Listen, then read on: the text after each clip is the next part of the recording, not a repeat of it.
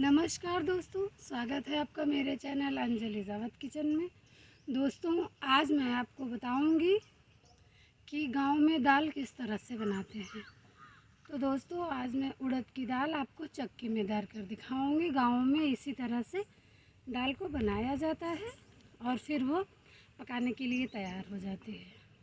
तो चलिए बनाना स्टार्ट करते हैं।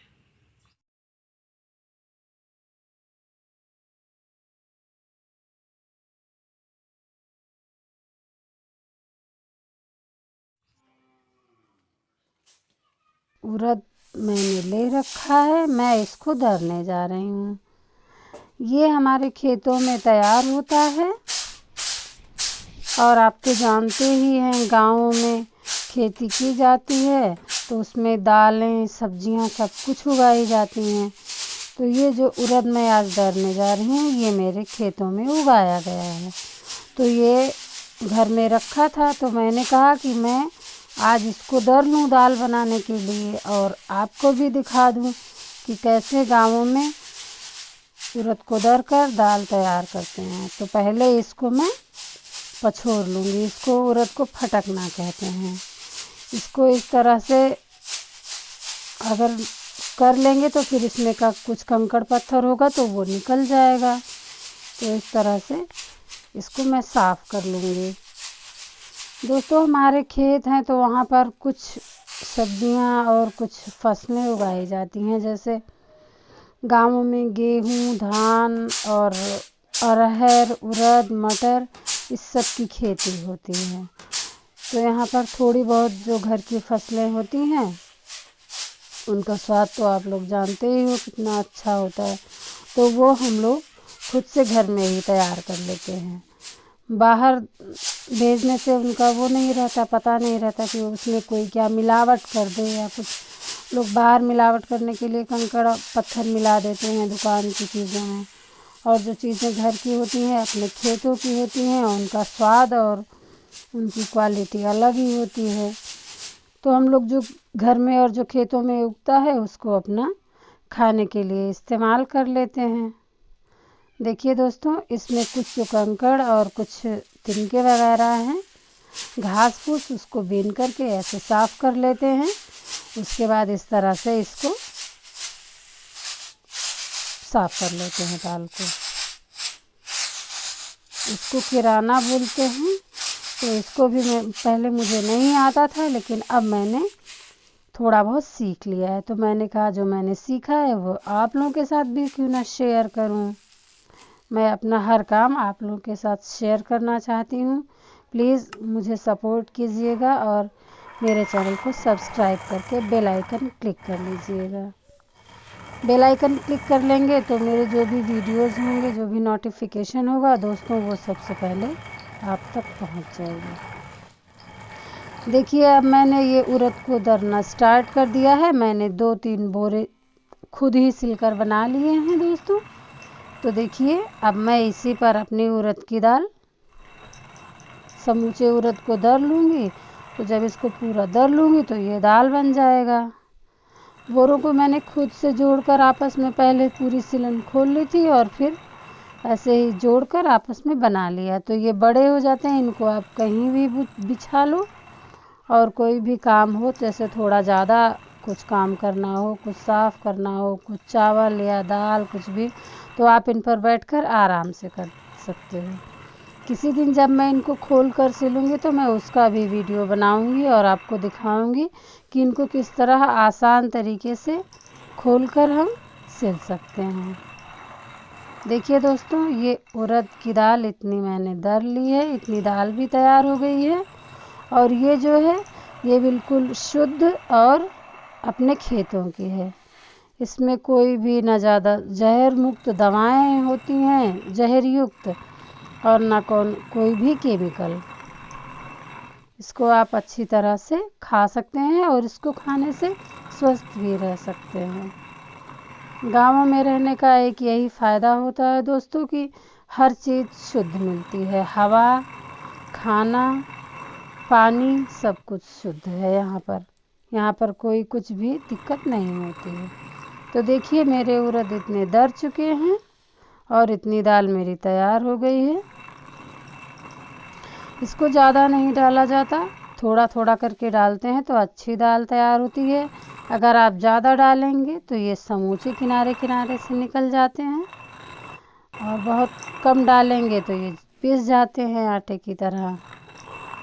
और दोस्तों यही नहीं है, इसमें से जो पीसने के बाद निकलता है उसका भी यूज़ हो जाता है। अभी मैं आपको बताऊंगी कि उसका यूज़ कैसे करते हैं। देखिए ये हमारी दाल लगभग दर कर तैयार हो गई है, और ये मैंने अब इसमें थोड़ा सा बचा था वो भी डाल दिया।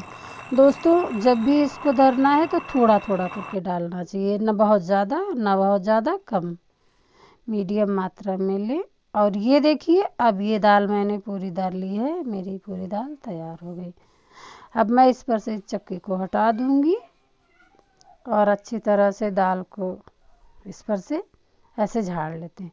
झाड़ लेने से क्या होता है दोस्तों कि फिर इसमें चिपकी नहीं रहती, और इस तरह से अच्छे तरह से इसको झाड़ कर और फिर से पोंछ कर ही रखा जाता है यहाँ पर गाँव में। नहीं तो कुछ कीड़ा मकोड़ा चढ़ जाए तो फिर उसको साफ़ करने की दिक्कत होती है। देखिए ये मेरी इतनी दाल तैयार हो गई है। अब मैं इसको अच्छे से थोड़ा सा, देखिए नीचे वाले बोरे पर भी गिर गई है, इसीलिए मैंने बोरों को डबल करके बिछा लिया था। तो जो नीचे गिरी है दूसरे वाले बोरे पर, उसको मैं उठाकर इस पर रख लेती हूँ। और जैसे मैंने पहले समूचे उड़द को साफ़ किया था उसी तरह से दोस्तों अब मैं इस दाल को भी सूप में डालकर साफ़ करूँगी।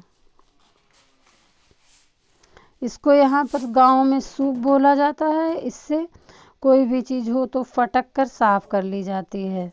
इसमें रखकर आप चावल, दाल, गेहूँ, गाँव में तो दोस्तों गेहूँ भी हो जाता है तो उसको पिसवा लेते हैं, तो इसी सूप से उसको भी फटक कर साफ़ कर लिया जाता है। देखिए ये दाल मैंने सिकौला में रख ली और अब मैं इस दाल को फटक रही हूँ। ये दोस्तों सरपत में से एक निकलता है, उसको यहाँ पर गांव में बल्ला बनाना बोलते हैं। तो उसको लोग लेके आती हैं पहले सीख में से निकाल के, फिर उसका बल्ला बनाया जाता है। तो इससे ये बड़ी बड़ी तैयार की जाती हैं, टोकरी टाइप की। तो इसी में हर चीज़ यहाँ पर रखी जाती है। यहाँ पर दोस्तों बहुत सुविधा होती है और बहुत अच्छा भी लगता है। गांव की सुबह में अगर आप सुबह उठकर थोड़ा 10 मिनट बाहर निकल जाओ तो इतना मूड फ्रेश हो जाता है कि जैसे लगता है कोई बीमारी भी हो तो वो दूर हो जाती है। यहाँ इतनी शुद्ध और साफ़ हवा है कि क्या बताऊँ।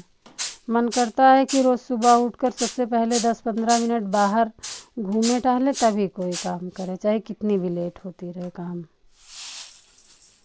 देखिए दोस्तों ये मैंने दाल को फटक लिया है थोड़ा थोड़ा करके, अभी और थोड़ी सी है, इसको भी मैं फटक लेती हूँ। अब इसमें कोई ज़्यादा गंदगी नहीं है, बस ये जो दाल के छिलके हैं इनको हम फटक कर अलग कर लेते हैं और ज़्यादा कुछ दिक्कत नहीं होती है दोस्तों। ये मेरी दाल अब फटक कर तैयार हो रही है और ये थोड़ा सा बचा है बस। ये देखिए दोस्तों मैंने पूरी दाल को अच्छी तरह से फटक लिया है। ये देखिए मेरी पूरी उड़द की दाल अब मैंने साफ़ कर ली। अब दोस्तों जो इसमें का छिलका बचा हुआ है मैं इसको भी साफ़ कर लूँगी।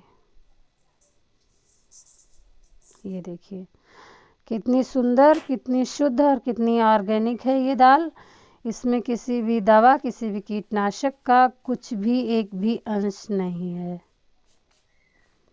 देखिए दोस्तों ये इसमें से इतना छिलका निकला है दाल का, और जो दाल के बारीक कण हैं ये उसमें ये भी होते हैं छिलके में। तो अब मैं इन कणों को, इस छिलके को भी साफ़ कर लेती हूँ, अच्छी तरह से फटक लेती हूँ।